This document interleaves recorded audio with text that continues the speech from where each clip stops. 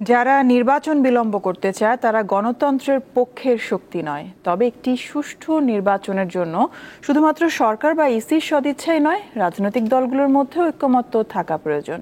শনিবার রাজধানীতে আলাদা অনুষ্ঠানে এসব কথা বলেন বিএনপি নেতারা। নির্বাচন কমিশনের ঘোষণা অনুযায়ী আগামী সপ্তাহেই আসতে যাচ্ছে ত্রয়োদশ জাতীয় সংসদ নির্বাচনের রোডম্যাপ। কিন্তু সম্প্রতি নির্বাচন নিয়ে রাজনৈতিক দলগুলোর নানা ধরনের বক্তব্য জনমনে নানা অনিশ্চয়তা তৈরি করেছে।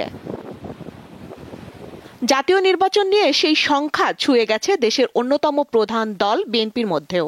জুলাই আগস্ট গণ অভ্যুত্থান ও ফ্যাসিবাদ পতনের বর্ষপূর্তি উপলক্ষে শহীদ ও আহতদের স্মরণে জাতীয় প্রেস ক্লাবে এক অনুষ্ঠানে বিএনপি নেতারা সেই সংখ্যার কথাই ফের তুলে ধরেন। সর্বশেষ পর্যায়ে আপনারা দেখেছেন আগামী ফেব্রুয়ারিতে ইনশাআল্লাহ রমজানের আগে তারা নির্বাচনের দিনক্ষণ তারা উল্লেখ করেছে, যেটা পরবর্তীতে আমরা আশা করছি নির্বাচন কমিশন নির্বাচন শিডিউলের মাধ্যমে নির্দিষ্ট করে দেবে।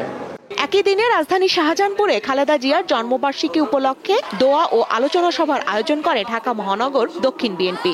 সরকারের সদিচ্ছা কিন্তু যথেষ্ট না, নির্বাচন কমিশনের প্রচেষ্টাই একটা নির্বাচন অনুষ্ঠিত করা যথেষ্ট। নির্বাচনে অংশগ্রহণ করতে ইচ্ছুক সকল রাজনৈতিক দলের একটি সদিচ্ছা থাকা দরকার।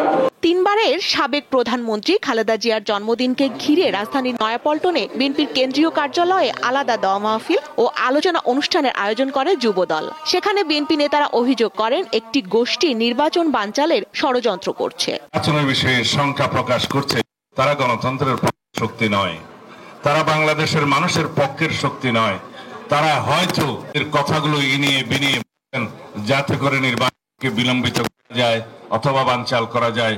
গণতান্ত্রিক উত্তরণে ফ্যাসিবাদ বিরোধী ঐক্য অটুট রাখতে সবার প্রতি আহ্বান জানান বিএনপি নেতারা। যে কোন রকমের স্বস্তিকা সিংহ, দীপ্ত সংবাদ, ঢাকা।